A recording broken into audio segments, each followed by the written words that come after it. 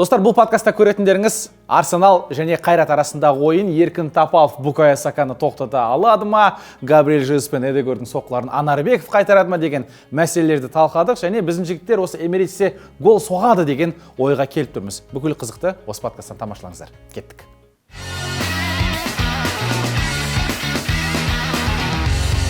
Ренжіп жатқан жандар бар. Солардың ренжі дұрыс па, немесе Қайратқа рахмет айту керекпіз бе? Барлық эксперттердің пікірі Арсенал Қайратты 6 гол айырмасымен жеңеді деген. Біз үшін бұл 8 ойын Қайраттан өз жанкүйерлеріне сый. Жалпы Чемпиондар лигасының компаниясын алып қарайтын болсақ, Қайрат тек қана плюста ғой негізі. Қайрат үнемі жеңетін команда. Жоқ, ол шынымен бұл сарказм, әрине. Бір команданы жеңсек күшті болар еді. Жалпы кезеңге шығудың өзі ол өте керемет. Қайраттың бюджеті мен Қайраттың құрамына қарайтын болсаң, конференция лигасына сай команда ғой. Сәлем достар, сіздермен Әлім Лайф және оның жүргізушісі Әлімжан Тасболатұлы. Студиямыздың қонақтары бір оқырманымыз сұраған екен, бұл жігіттерді қайда жұмыс жасайтынында айтыңдаршы деп айта кетейік. Тек қана есімдерін айта бермеші деп.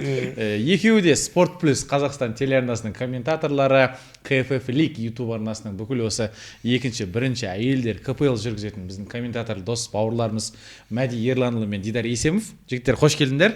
Рахмет Әлеке. Қалайсыңдар? Көңіл күйлерің жақсы ма? Керемет көңіл күй. Енді бүгін жалпы біз осы Қайраттың Чемпиондар лигасының іріктеу кезеңінен бастап превью ойыннан кейін подкаст түсіріп жүрдік. Чемпиондар лигасының негізгі кезеңінен шыққаннан кейін де осы 7-1 подкаст түсірдік. Бүгін енді Қайрат үшін осы 25-26 жылғы маусымның соңғы подкасты Чемпиондар лигасындағы Арсеналға қарсы қонақта Эмирейтсте ойнайтын болады. Жалпы осы ойын туралы айтайық.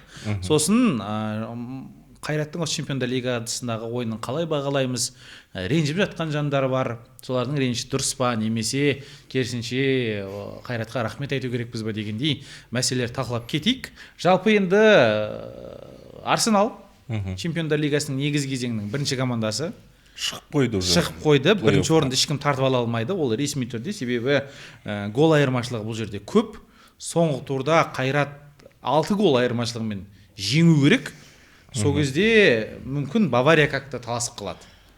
Негізі барлық эксперттердің пікірі Арсенал Қайратты 6 гол айырмасымен жеңеді деген пікір білдіріп жатыр. Өйткені Арсеналдың қосалқы құрамы да қазір өте керемет. Енді қызық ойын болып тұр. Жалпы бұл ойынға енді жаңағы позитивті нәтиже болжау өте қиын меніңше. Өйткені Қайратты қазір Брюггемен көрдік. Ойын ұнамады және бапкерлерді штабы да мойындап отыр. Қайрат қазіргі таңда бабында емес, толығымен енді маусымға енді кіріп жатқан футболшылар, сондықтан қазіргі таңдағы жағдайы қиын. Және Дастан Сатпаев жоқ. Бұл жерде фактор көп та негізі. Жаңағы маусымға жаңадан кіріп жатыр деп айтамыз, бірақ бір шетінен бұлар толықтай маусымнан шыққан да жоқ та. Өткен маусымнан толықтай шыққан жоқ. Өткен көктемде басталған маусым, мысалы енді аяқталайын деп жатыр. Қаңтардың 29 күні ғой, получается. Сол аралықта 2 апта кішігірім демалыс алған екен футболшылар. Сондықтан қазіргі Қайрат, мына қаңтардың соңында Қайрат, ол мүлдем басқа команда. Біз бұл Қайраттан жаңағы маусымның аяғында мысалы Словонмен, Селтикпен, Ақтөбе Астаналармен ойнаған Қайраттан қандай нәтиже күттік? Бұл Қайраттан ондай нәтиже күте алмаймыз. Ондай ойын да күте алмаймыз.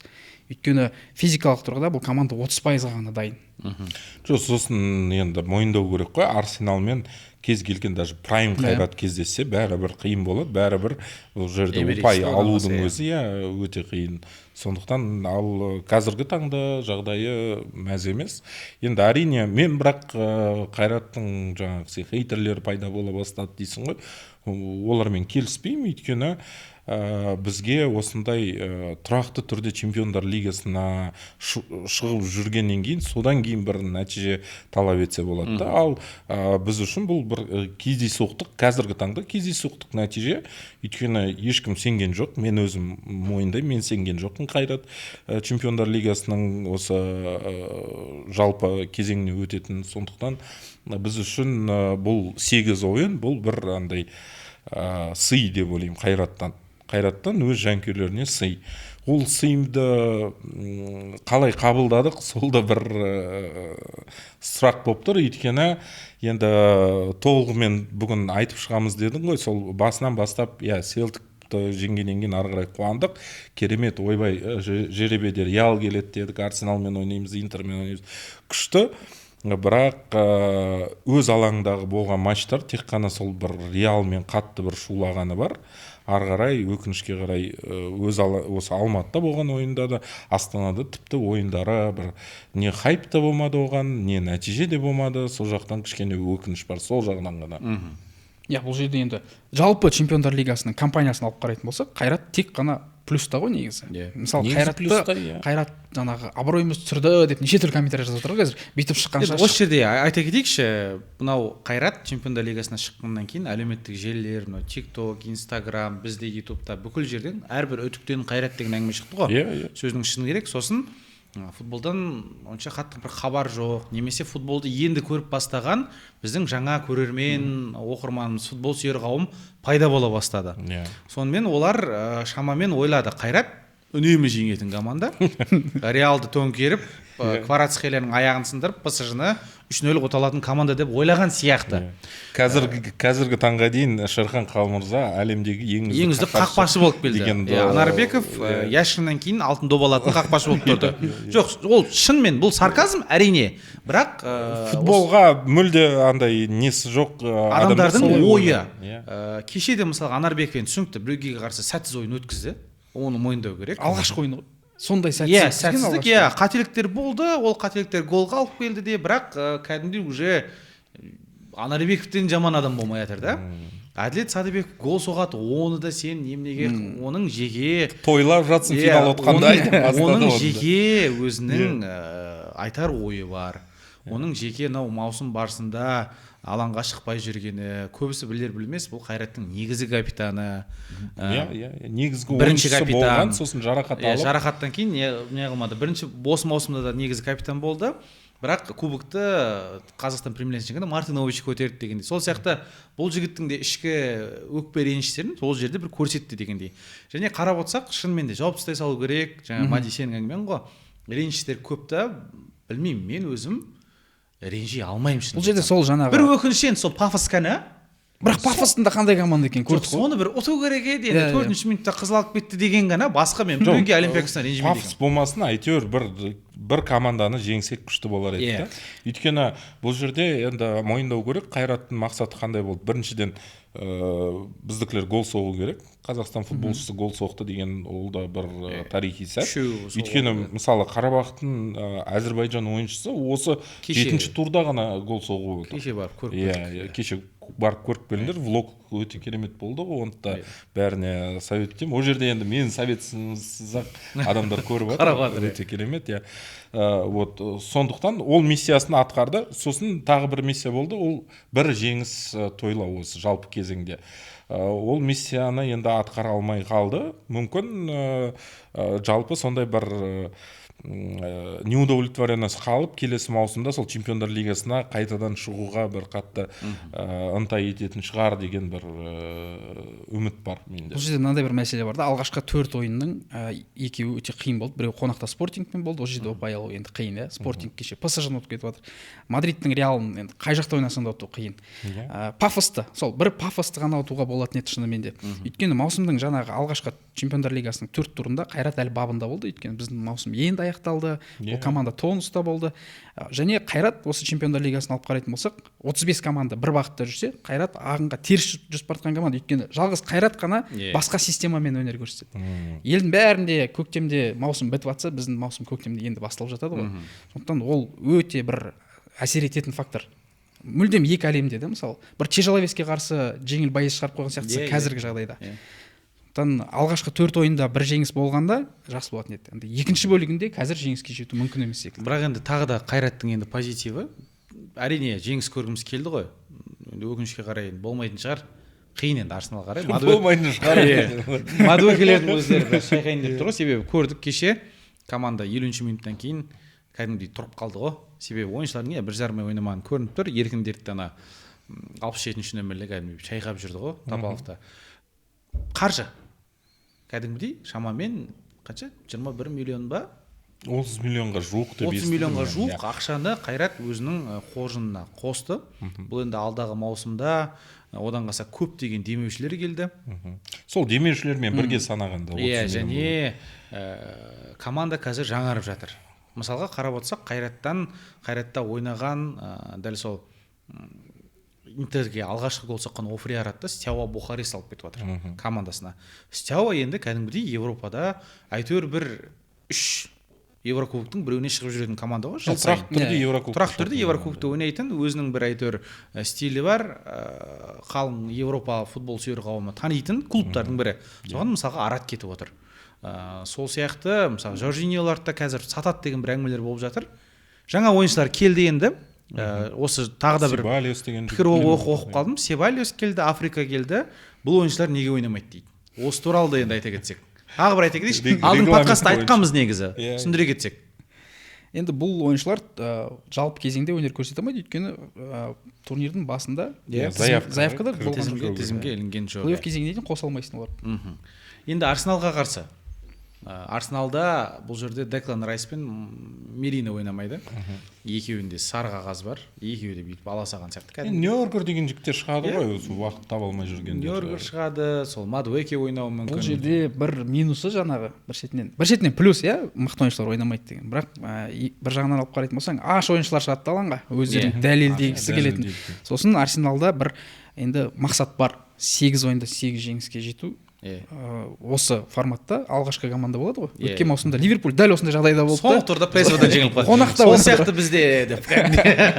Итан Нванери мында шығып тұр бізде. Бұл жігіт енді біраз шайқай ма деп ойлаған едік, бірақ бұл Марсельге кетіп қалды. Жалға тағы да сол ойын практикасын іздеп аш болып жүрген жігіттердің бірі. Мейсон Гринвудтың жолын қуып. Енді шынымен Арсеналға қарсы жігіттер қиын. Мен ойлағам, анау Арсеналдың талантты, жаңағы Доуман сияқты жастар шығады, бірақ Доуман жарақат алып қалды, өкінішке қарай оны көре алмаймыз. Бірақ кез келген құрамды шығар, даже Арсенал өзінің ана U23 командасын шығарса, негізі Қайратқа қиын болады, өйткені оларда қазір бөлек деңгейде функционалды түрде бұны басқаша, сондықтан және өз алаңында, өз жанкелерінің алдында Арсенал міндетті түрде жеңіске ойнайды, сондықтан Қайратқа қиын. Мен бұл ойыннан көп үміт артпаймын. Енді мүмкін біздікілер сол Садыбековтың керемет алыстан соғып бір гол соқты ғой. Тура сондай бір сәт болса, соның өзін бір позитив ретінде көрем. Жалпы енді бұл да бір сый, ағылшын премьер-лигасының командасымен кездесу. Және білеміз бірнеше, Әлімжан сен де барасың осы матчқа, басқа да біздің әріптестер барады. Ол да жалпы осы Қазақстанда футбол әлемінде көбірек тануына бір қатты әсер ететін сондай бір событие болып тұр. Қазір көбінесе енді айтады ғой, соңғы турда бірінші команда мен соңғы команда кездесіп қалды, анау мынау, бірақ оның бәрі басылады. Жалпы осы Қайрат Чемпиондар лигасының жалпы кезеңінен шықты деген ол да бір тарихта қалатын нәрсе. Қазір біріншіден осы ойынға былай тоқтала кетпей, келесі маусымда да осы жетістікті қайталау деген бір сол мәселеге өте дұрыс. Мен де көшіп өтемін. Мақсат қою керек деп ойлаймын мен. Енді жігіттер, бұл ойын туралы бір сұрақ қана бар. Енді түсінікті, енді Арсеналдың қазір тек қана Чемпиондар лигасының бірінші орында тұрған жайда жай емес. Ағылшын премьер лигасында дәл солай. Бұл ойыннан алдын Манчестер Юнайтедтен ойнап алады. Ол жақта енді көреміз қалай болатынын. Белді ойыншылар жарақат алып қалғанның өзінде де Қайратқа әл-ауқат жетеді. Басты сұрақ. Біз бұған дейін 3 ойын қонақта ойнадық. Спортингке қарсы Эдмилсон гол соқты, Интерге қарсы Офри Арат гол соқты, Копенгагенге қарсы алғашқы 2 қазақ бауырымыз Дастан Сәтбаев, Олжас Байбек гол соғып отыр. Жалғастырамыз осы традицияны. Енді бұл жерде Қайраттың ойыншылары матчты бір маусымдағы соңғы бір үлкен мүмкіндік ретінде, және жаңағы Арсенал енді үлкен клуб қой, екінші рет өмірінде бұндай командаға осындай стадионда ойнаймы, ойнамаймы үлкен сұрақты. Сондықтан бұны бір қысым ретінде емес, керісінше бір Құдайдан берілген бір сый ретінде қабылдап, өте еркін түрде ойнаса, мүмкін бір гол соғып қалатын да шығар деп ойлаймын. Өйткені Арсенал енді бір гол соқса соның өзі той болайын деп тұр. Арсенал қатты. Мысалы Арсенал былай жасауы мүмкін. Бірінші таймда 4 гол соғып тастап, екінші тайм мүлдем ойнамай қойды. Сол кезде бір гол соғуға мүмкіндік болады. Бірақ қалай дегенмен Арсеналдың қорғанысы қазіргі таңда әлемнің ең мықты қорғанысы дейміз. Салиба, Габриэль Жубо, олардың екеуі де шықпайтын сияқты. Маскера, Льюис Келли, Уайт, Кепа. Кепаның өзіне де соғу оңай жағдай емес. Бірақ андай не бар ғой бізде Ұлыбританияда жалпы қазақтар гол соғады деген. Иә. Гол соққан жігітпен бір командада доп тепкен ғой мен. Жамбыл Көкеев. Көкеев Англияға, тағы берген Уэльске. Иә, Шотландияда да соқтық, қателеспесем. Шотландияда соқты. Батёка соқты емес па? Болды, аха. Абаттың бір соққысы бар емес па? Солтүстік Ирландияға. Сондықтан, иә. Ұлыбританияда қазақтар гол соғады, сондай бір андай статистикалық сондай бір не айтып шықсақ болады. Көреміз, қазіргі таңда сол ғой, Қайрат көп жұмыс келесі маусымға қалай кіреді, соған көп мән беру керек деп ойлаймын. Сол Чемпиондар лигасында енді келесі маусымда да сол іріктеу болады, іріктеу өте қиын болады. Ол жерде біріншіден сол жеребе саған кішкене көмектесу керек, және жалпы сол неге бір дайын келу керек деп ойлаймын. Біз өткен маусыммен бір психологиялық тұрғыдағы бір барьерді шеттете алдық деп ойлаймын. Сол Қайраттың осы Чемпиондар лигасына шығуы бұл нені дәлелдеді меніңше. Осындай менеджмент жасалатыны өте дұрыс екенін дәлелдеп отырды. Өйткені мысалы Астана кезінде жалпы кезеңге, топтық кезеңге шыққан, бірақ ол команданың біз білеміз көп ақша құйылып, керемет ойыншылар легионерлер сатып алып, сөйтіп дамытқан. Ал мына Қайраттың ерекшелігі бұл жерде Дастан Сатпаев секілді өзінің түлектері ойнап жүр. Мысалы, сол Садыбеков бар, Олжас Байбек, осындай өзіміздің кәдімгі қазақстандық футболшылар шығып жатқан команда. Вот тура сондай қазір келесі маусымда Тұяқбай деген бар мысалы. Сол жігіттер құрамға қосылып, олар да бір өз үлесін қосса, жақсы қасында тәжірибелі легионерлер болса, сол Арат сияқты, мысалы Мартынович уже шалып отыр, қазір қорғанысқа позиция іздеп жатыр.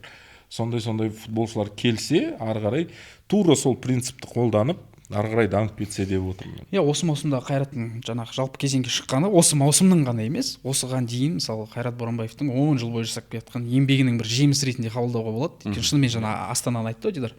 Сол Астанамен қазір Қайрат салыстыратын болсақ, екі команданың легионерлері мүлдем бөлек деңгейде. Бүгін ПФЛ-ка бар ғой біздің. Сол сурет салды ғой.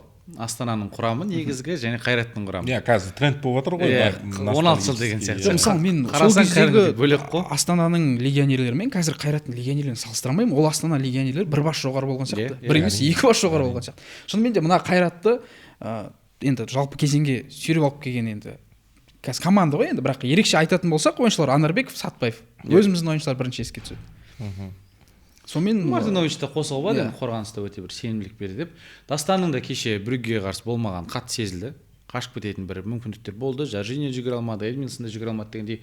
Дастан демекші осы Брюггеден алдын баспасөз мәслихатында ойын алды. Жалпы сұрақ қойған болатын өзім. Бірден осы мәселені жауап жасайын дедік. Себебі түсінікті болды ғой. Оқу-жаттығу жиынына қатысқан жоқ. Және Арсеналға қарсы ойнамайтын да түсінікті болды. Бірақ енді сол мәселені жауаплайын деп қатыспайды және суперкубокқа қарай, соған қарай бір дайын болып қалады ау деді. Жоқ, қазір мен енді бұл нақты ақпарат емес, бірақ естігенім бар.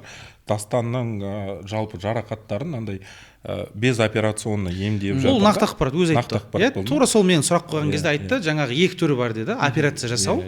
Болмаса өзімен өзі өз-өзіне. Оның жарақатына келетін болсақ, мынау шаты, бұт шат әркім әртүрлі айтады ғой, екі аяқтың ортасы жалпы дәл сол жердегі қосылған сүйектер мынау бір жүгіріп жатқан кезде, қатты нагрузка түскен кезде ашылады екен. Сонымен жаңағы жүгіру стартовый скоростьқа сәл кедергісін келтіреді. Өйткені бұл еще жас жігіт қой, оның организмінде сүйектерде өсіп не істеп жатыр.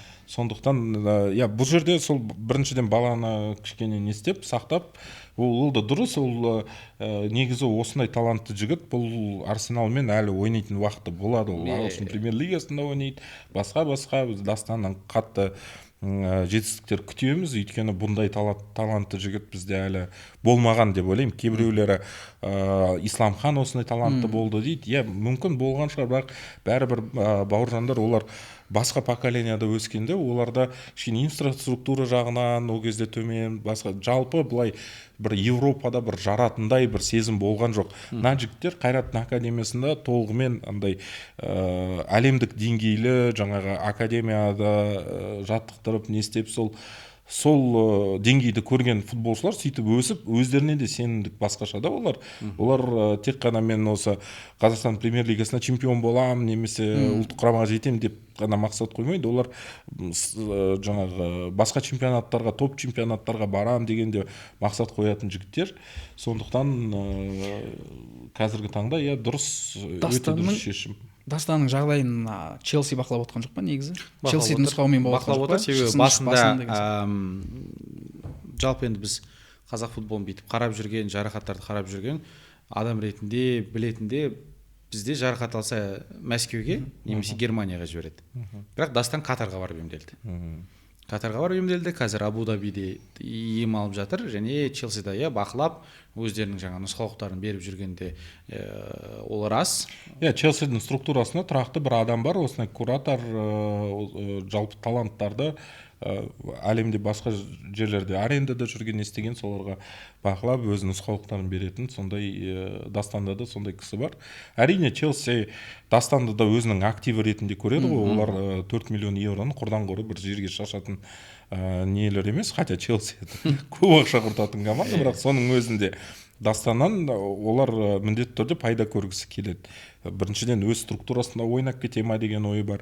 Бұл ойнап кетпесе де Страсбург деген басқа командалары бар дегені. Жалпы мүмкін сол жерде өсіріп, құндылығын өсіріп, ары қарай сатып, одан да пайда көрді. Сондай да нелер бар. Егер де Дастанда мынау қазір тағы да бір ақпаратта жоқ, Дастан Страсбургға барса, ол несі дегенде ше. Керісінше Страсбургға барса қуану керек. Яғни оған Челсидің кәдімгідей қойып отқан ставкасы бар. Сеніп отыр, Страсбургға подосновый ойыншылар жібереді. Себебі көп қой келіп жатқан ойыншылар, ал басқа жаққа жіберсе, ол кезде сәл ойлануға болады. Страсбургға апкаткаға жібереді. Страсбургға общий накпесін кесін, сен біздің көз алдымызда жүрген баласың деген. Футболдан қатты хабар жоқ адамдардың әңгімесі ғой. Ой, Страсбург деген, жаңағы мысалы, Қайрат Брюгген ұтамай қалды, қайдағы жоқ Брюгген ұтамай қалды деп жазады ғой бізде мысалы. Брюгге деген Барселонамен үштеш ойнап жүрген команда, жылда Чемпиондар лигасында ойнайды. Сосын Бельгия чемпионатының деңгейі қазір бөлек. Олар баяғы сол РПЛ, УПЛ деген командалар лигалардың соның орнын басқан лига қазіргі таңда ол топ 6 деп те айтса болады. Енді топ 8 дейікші тұрақты. Топ 8-ге кіреді, себебі ар жақта Португалия мен Эредивизия бар, содан кейін осы Бельгия тұрған шығар. Содан кейін емес, жалпы анау УЕФА коэффициенттерінде олардан да озып тұр. Бірақ Криштиану Роналду көрсе келіспейді осы. Енді Сауд Арабиясы енді Европа УЕФА лигаларына кірмейді ғой, сондықтан оны санамаймыз әрине. Және МЛС-тің фанаттарына да бірден. Сондықтан осындай, енді бұл жерде Дастанға тек қана сәттілік дейміз, сол сауығып кәдімгі өз деңгейіне қайтадан еніп бізді қуантсын болды. Және келер маусымда Дастан сияқты тағы бір екі жігіт шығады шығар деген ойдамын. Өйткені осы маусымдағы Чемпиондар лигасы бірінші командадағы ойыншыларға ғана емес, дубльдегі жігіттерге де өте пайдасын көп. Себебі олар да Чемпиондар лигасында. Олар да Чемпиондар лигасында ойнады және олардың қарсыластары қандай болды. Мысалға кеше де Мансур Бірқұрманов пен Мұхаммед Әлі Әбіш дебютын алды. Әбіш кәдімгідей ортада әйтеуір жақсы ойнады. Сөздің ішіне керек. Тәжірибе деген нәрсе өте маңызды футболда, сондықтан. Осы маусым көрсетті да сол жігіттерге. Мен қазір шынымен де жұмыс істейтін болсам, жақсы ойнайтын болсам, менде мүмкіндік болады. Мен Чемпиондар лигасында ойнаймын дегенге сене алады да олар. Сосын Чемпиондар лигасы тағы қандай пайда алып келеді дегендерге жауап. Чемпиондар лигасында осындай біздің ойыншылар, бұлар әлемдік жаңа футбол скауттарына, эксперттеріне, бір жалпы футбол командаларының көз алдында болатын нәрсе да. Мысалы Арсеналмен ертең Қайрат ойнайды, ол матчта көптеген жанкүйерден басқа футбол эксперттері де көреді. Өйткені Арсеналдың екінші құрамында қандай мүмкін жастары шығып қала ма, соларды қарайды. Сосын Қайраттың сапында футболшыларды қарайды. Бұл кәдімгі жәрмеңке ғой, бұл былайша айтқанда. Сондықтан түсінікті. Жігіттер, енді Қайраттың Чемпиондар лигасындағы маусымына 10-нан қанша баға бересіңдер? Енді именно футболи жағынан қарасақ 10-нан 4 деген бір ұпай беретін едім мен. жалпы маусымды алып қарайтын болсақ па? Жалпы жоқ, КПЛ-дың қатысы жоқ. Жоқ, сол чемпиондар лигасы. КПЛ-ді алмаймын. Чемпиондар лигасында бас мақсат қандай болды?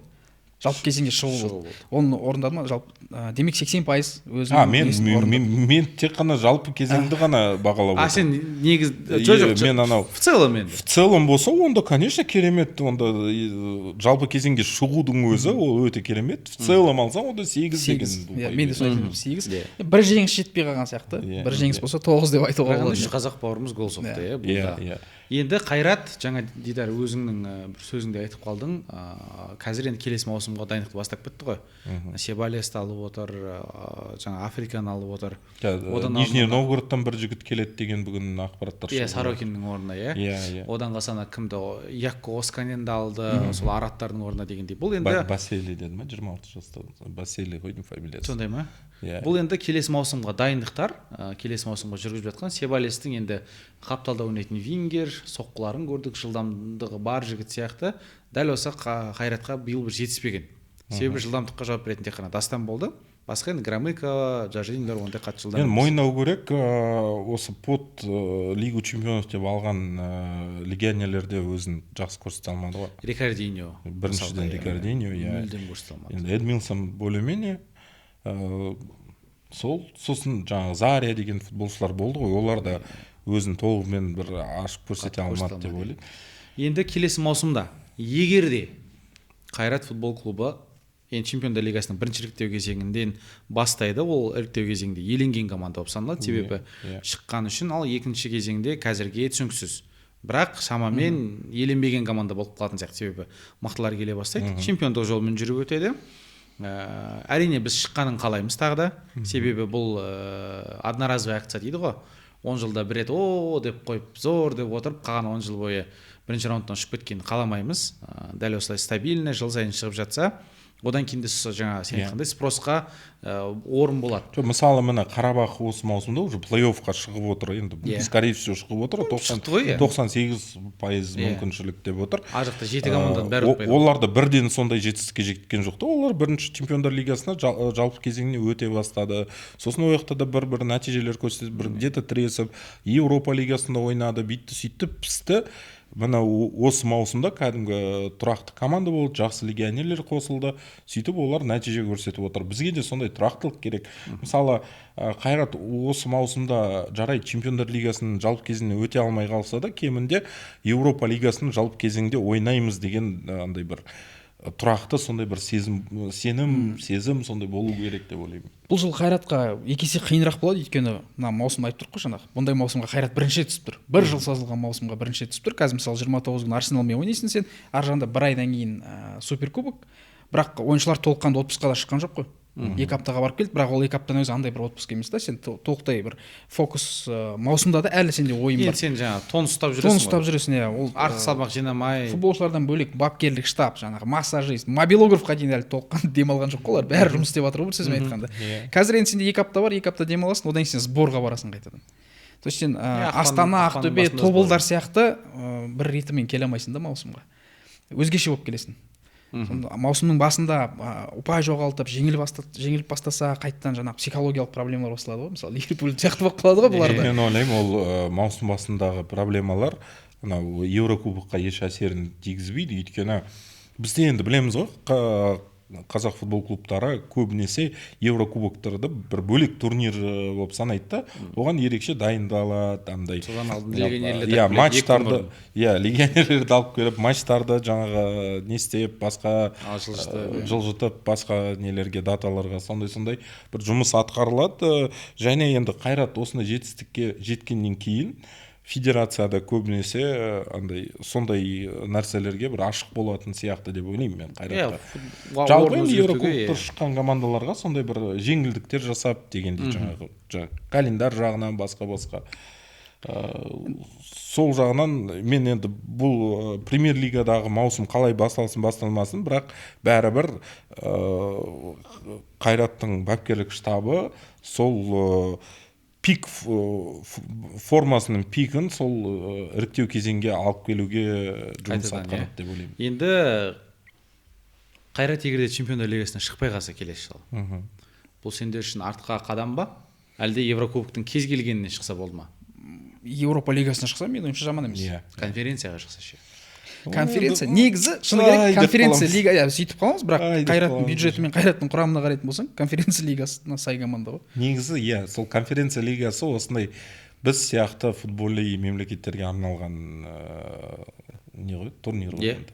Ол жерге анда-санда бір Челси сияқтылар кіріп шығады да, сол үшінші орынмен, үшінші құраммен жалпы турнирді жеңіп кетеді. Сондықтан конференция лигасында уже если конференция лигасына түсіп қалса вдруг, онда ол жерде кәдімгі талап етсе болады да. Кәдімгі плей-оффқа шығындар. Плей-оффқа шығу ұту керек деген енді. Жоқ, енді плей-оффқа шығу керек, ұту керек каждый ойында. Әр ойында сондай плюс-минус сондай қарсыластар болады. Вест хэм шықпаса ладно. Басқаларын ұтасын деген. Жалпы енді сондай мақсат қою керек та, енді плей-оффқа шығатындай ойын көрсе. Ол жерде еще конференция лигасында 6 ойын ойнайды ғой деймін. 6 ойын. Сондықтан ол жерде әр ойын өте маңызды болды. Енді әлгі осы маусымда ойла Қайрат жалғыз команда бірінші раундтан бастап негізгі жаңағы топтық кезеңге шыққан жалғыз команда. Ол нәрсені қайталау қаншалықты мүмкін? Өте қиын нәрсе ғой. Біздің енді қазір андай ғой, сөзсіз мен бұл маусымда Қайратқа өте үлкен рахметімді айтамын. Керемет бір той жасады, жалпы жанкүйерлер үшін. Бірақ іштей менің қалауым, бұл енді сол бір реттік акция болмаса да, жыл сайын Еврокубокқа шығып жүрсе. Қандай болсын? Стабильность, ойыншыларға да жаңағы жәрменке, өздерінде көрсетеді. Ертең легионер біреу шақыратын болсаң да оңай. Бірақ конференция лигасы қаншалықты жәрменке? Конференция лигасын білмеймін, осы маусымда біз қай бір Астана шыққан маусымда көрдік та конференция лигасын. Мен биыл мысалы өз басым конференцияда мүлде бір ойын көрдім Страсбургдың. Страсбургдың енді Челси фанаты болу үшін көресің. Меніңше вообще қызық емес турнир болды да. Вот Еуропа лигасында еще более-менее басталды. Ларм мен Шембрек Роверс ойнап жатады да. Көресің деген ғой. Еще бір уақытта ана жерде қырғын қаншама команда. Енді ол жерде тек қана мүмкін сол плей-оффта бір жартылай финал содан бастап уже көрсе болатын турнир. Бұлай енді менің идеалды андай немде, мына Қайрат мысалы Еуропа лигасына шығып, тұрақты түрде Қайрат демек қойын, Қазақстан чемпионы, тұрақты түрде чемпиондар лигасына үміттенеді, бірақ Лига Еуропаға хотя бы шықса, вот сол күшті болады. Ал екінші команда немесе там кубок жеңімпаз, анау олар уже сол Лига Еуропаға үміттеніп, бірақ конференция лигасы тұрса күшті. Биыл бізде Еуропа лигасы жоқ. Үш клубтың үшеуі де конференциядан бастайды. Бірақ Астана қателеспесем екінші кезеңден бастайды. Екінші орнаған команда болған үшін. Вот солай күшті болатын енді Қайрат немесе чемпиондар лигасына немесе Еуропа лигасына шықса, ал Астана конференция лигасына шықса, вообще күшті болады. Екі команда шығып жатса тіпті керемет қой. Ол жерден ұпай алып, кішкене не істеп жатса, уже ары қарай біздің нелерде өседі. Коэффициенттер. Майди, сенің ойың қалай болады енді? Шынымен сол конференция шықса көңілің түсе ма? Конференция лигасына шықса ма енді? Мысалға енді. Әттеген айдап қаласың ғой негізі. Сонда бізде чемпиондар лигасына қатты қуанамын. Еуропа лигасы жақсы. Қайратқа біздің де талап өседі ғой. Себебі чемпиондар лигасына шығарып бізді ергілетіп қойды ғой. Күнде киімін есткізе беру, мысалы Арсеналға қарсы ойнау дегендей. Біздің де талап өсіп, онда минимум Еуропа лигасы. Минимум Еуропа лигасы деп, бұл талап болғанда енді әрине бұл футбол. Бұл жерде неше түрлі жағдай болып қалуы мүмкін, кездейсоқтықтар болып қалуы мүмкін. Бірақ жалпы сондай мақсат қою керек деп ойлаймын мен. Біз түсінуіміз керек та, мысалы Қайраттың осы маусымда істегені бұл өз мүмкіндігінен 2 бас жоғары секіргендігі, оны түсінуіміз керек. Бірнеше бас. Өте қиын нәрсе ол. Еуропа лигасының өзі де өте қиын нәрсе. Қатты енді біз бір рет шықтық деп. Жоқ, енді әрине қалаймыз ғой жыл сайын осылай болған. Себебі бұл футболдың деңгейінің өсуіне шынымен көмек береді ғой. Түсінікті. Тағы да алып қосарларың? Алып қосарымыз енді сол Лондонда сәттілік тілейміз. Қалай болса да сәттілік, қуанамыз. Жетістік болсын, не болсын. Сосын жанкүйерлерге айтарымыз қатты бір хит етпей қойыңыздар. Осы матчтан кейін енді неше түрлі менің ойымша мен өте скептик адам негізі. Ойлаймын енді ойсырай ұтылатын шығар деп. Қандай есеп қалай болады деп енді кемінде 3-4 гол жіберіп аламыз ау деген ой бар менде. Бірақ сол нәтижеге қарап ойбай енді Қайратта одан ары көму қажет емес деп. Қайратқа шүкір, рахмет осы маусымға. Бірақ әрине бағана мен жалпы кезеңге 4 ұпай деген баға бердім деп отырмын ғой. Сол 4 ұпай дегеніміз сол меніңше сол өз мүмкіншіліктер толығымен бір аша алмадық. Ол бір өкініш, жаңа бір жеңіске жете алмадық, Пафос болсын, Олимпиакос болсын.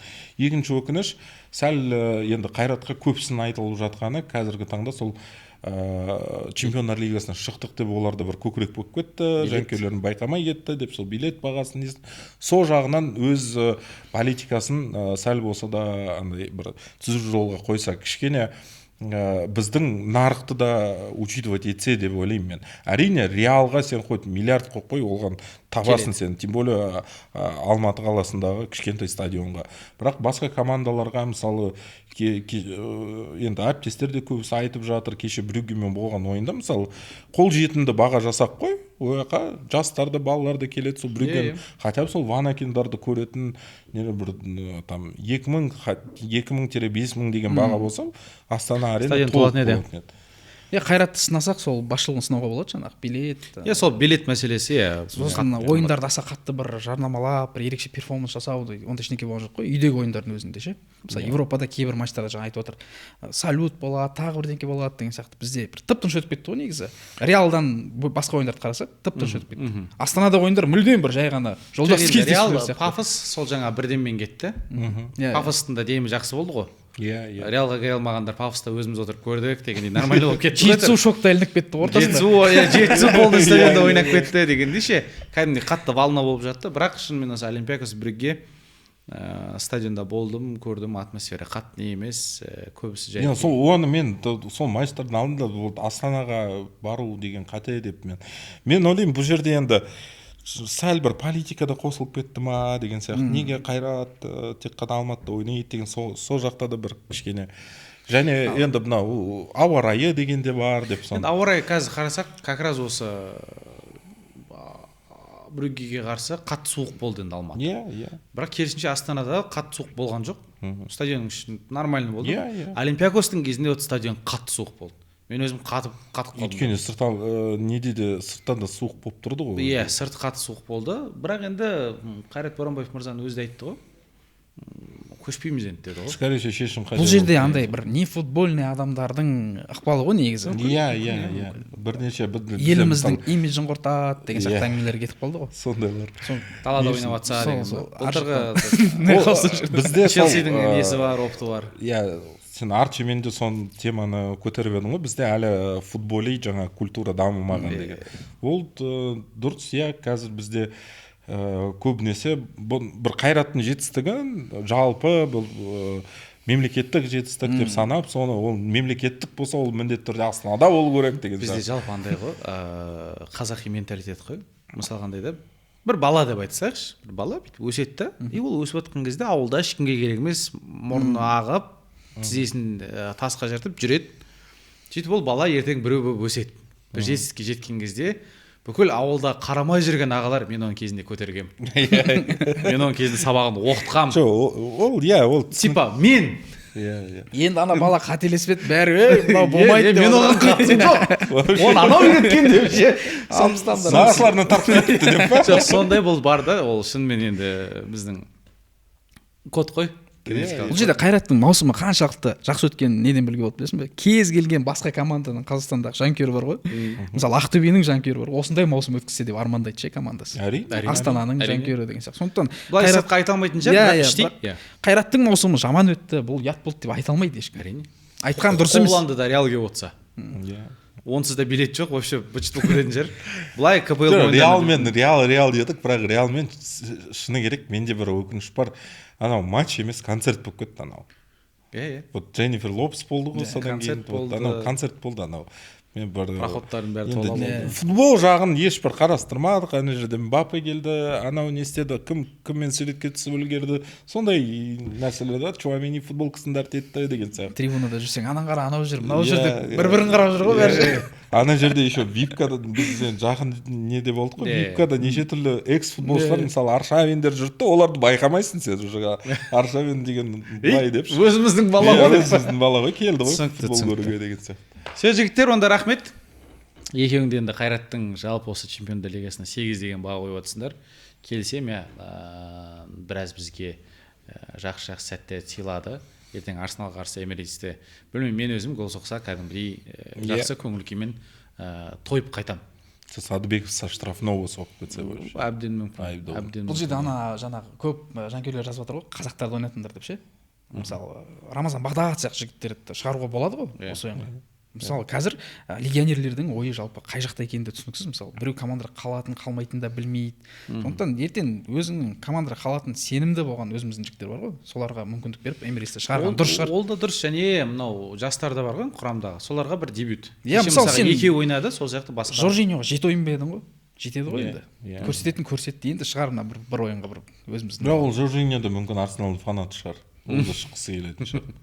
Ол да бапкер деген ішкі жаңағы раздевалкадағы атмосфераны да байқау керек қой. Ол да наразы да. Раздевалка деді ма деп Хавелонса кіріп келсе қазір. Жоқ, ол бастапқы құрамдағы ойыншылар, оларда мынандай не пікірлері болады. Біз осы жетістікке жеткізіп, біз неге ойнамаймыз деген сияқты.